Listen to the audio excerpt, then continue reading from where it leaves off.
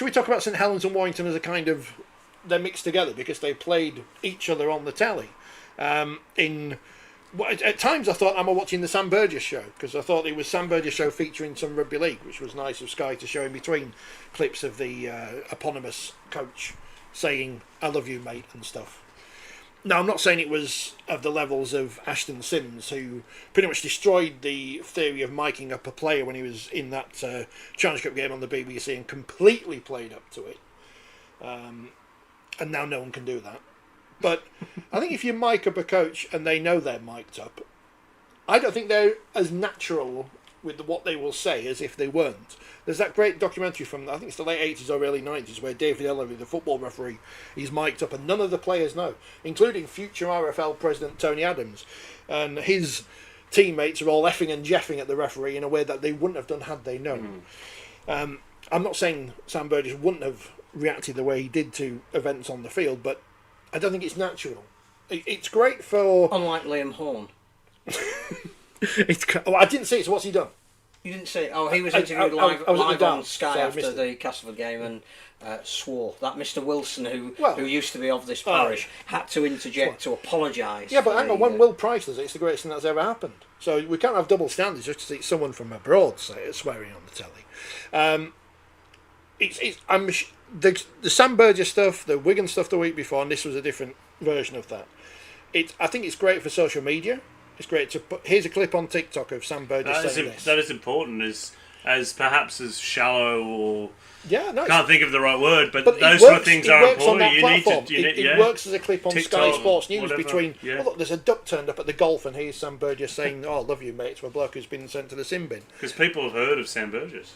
It doesn't work in the middle of a game when I'm trying to watch a game. Yeah, it works as something away from the game. I think the coach interviews at half time or during a game are just pointless. I do like the mic'd up for a documentary or for whatever. I always remember Tales of Tiger Town with Michael Maguire and how when they kept losing and how despondent it was. It kind of like there's a black humour in there. It was quite funny. As Kev says, Mike it the coach that has to be careful he doesn't give anything away. Well, we saw with the clip in the change room where he's talking about the fella's pants. Now do we know they weren't fakes from Warrington Market? That's the first question I'd be asking. If indeed Warrington Market exists. But he's not going to say, well, what we need to do is run at this fella from St Helens because he's crap. He's not going to say that on the telly. He's going to say that when they close the door. The sad thing is that's what coaches do. Yeah. No, but that's what you do in rugby league. I mean, I'm sorry, it's not all airy fairy. Quick, that news! Quick. I don't want to speak. I'm just saying that not that Warrington would do that. Turn that whiteboard. Speak ill of someone who passed, but I'm sure early on in his career, every opposing coach, Rob Burrow, would have said, run at him, keep running at him. Yeah. Then they learn don't run at him. Then they learn he can tackle very well, and that's not working. But tire him out somehow, because if he gets the ball, we're in trouble. I think it's a gimmick that, as you say, it can work not during a game. What worked was send it off. I thought that was a really good insight into a coach calmly dealing with something. Like nothing changes.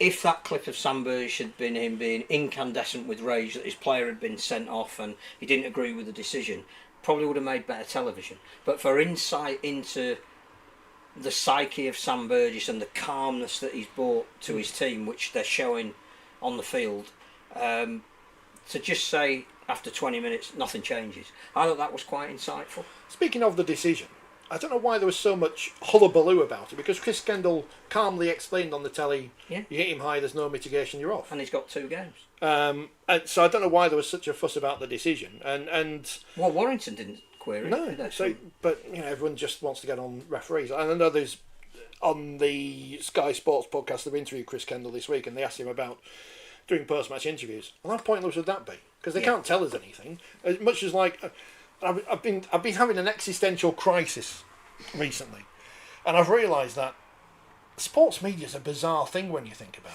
it. We get to go to these games for free. We get access to the coach and players afterwards and ask them questions. Why are we allowed to do this? Why do they let us in? And sometimes we get a sandwich. I mean, some people shouldn't be letting in, but why are we allowed to do this? And we go in and ask questions and say, you've done this. But you wouldn't do a post-match interview with Chris Kendall and say, well, you got that wrong, didn't you? Because you wouldn't do that to the coach after the game. Not going to say to Paul Wellens, well, why do you pick him? Why do you pick him? Well, why did you run this play and not this? Because we don't do that. It's just not what we do. So there's But no point interviewing a coach. we should do that though. Why don't we do And that? I think when they've lost 4 games in a row, and there's a lot of questions around. Saints in crisis. Well, is Lee Breers going to be their head coach next season? I don't know why I'm asking you as if you know. As I understand it, he'll be joining the coaching staff. He'll be the assistant coach. Laurent Freycinet returning to France. That is also my understanding, and I. Catalan. It's a big country. Is he going to play for them? Yeah, we gonna need come back to as get well. on We to do, that. we do. We need to get on that because I still can't believe that. But I also believe, and this has not been confirmed by anyone at the club, that Paul Wellens has been given an extension. Now, as we all know, things can change, and if you keep losing in any sport, particularly rugby league, as Tony Smith found out, you get sacked. So it will be interesting, because I don't think their issues are going away. And from what I understand, I think Conrad Hurrell probably won't play for the club again. He seems like a very serious injury. Sione Matauti, I think, has got a fairly serious injury. So they had eight players out. So before but they're not the week before or 2 weeks before against Cast. They had 9. That's the and they are. But they're a team in transition. Exactly. No James Roby. No. Louis McCarthy. And James Roby's not coming back, is he? He's not going to. Well, he might do. He might say. Going to do a Dean Sampson for the young. Well, I think he's got better knees than Sam Tompkins. But no, they are a team in transition, and they're going to be over the next 2 or 3 years. And I think they've probably made some wrong decisions in recruitment. We're in a salary cap sport. Yeah. So, speaking of sources, someone said to me a few weeks ago Lee Breers would be going to St Helens before it hit. You never told me. Well, no, Thanks, I Rich. don't know why I didn't, did I? But here's one for you. Then here's one for you to investigate. Yeah. Conrad Hurrell. Yes. He's off to Huddersfield. I hadn't heard that. Okay. And Kevin Agama. He's going to St Helens. Well, I did write that in the Agama one. As I understand it, he will be coming in. I think Hurrell's injury, I can't see him playing again this year. But it could be maybe the it's mascot. not. You did that for Tonga last year. But that would be a strange. I don't want to say a strange thought, but I mean Huddersfield. Yeah, exactly. You don't really know what's going on at Huddersfield. I mean, I think they've befuddled most people for decades, haven't they? So I'd give Luke Robinson the job. Maybe they could put Keith Mason in charge. He might fit in there. I don't know. Make Wakefield great again. No, so in crisis. Yeah, no, I think St Helens is a really interesting because obviously Lewis Dodd's leaving. Yeah. They're going to need to sign a halfback. Jake Clifford. They're going to say Jake I think if it is Jake Clifford, which there's only a small amount of halfbacks available, that would be a very good signing. I think he showed at Hull FC. Probably like the harder training in St Helens that you get at Hull as well. Or not like it. But they do have they have a lot of players who are over 30, so there is a bit of Is LMS coming back? I think he's playing with his hose at the moment. Is that a euphemism? Or he's a fireman, I think you mean. Oh yeah. But it is. I think, obviously, when you've won 4 titles in a row, Absolutely. high expectations. But I think there's a bit of a character assassination on Paul Wellens. Yeah.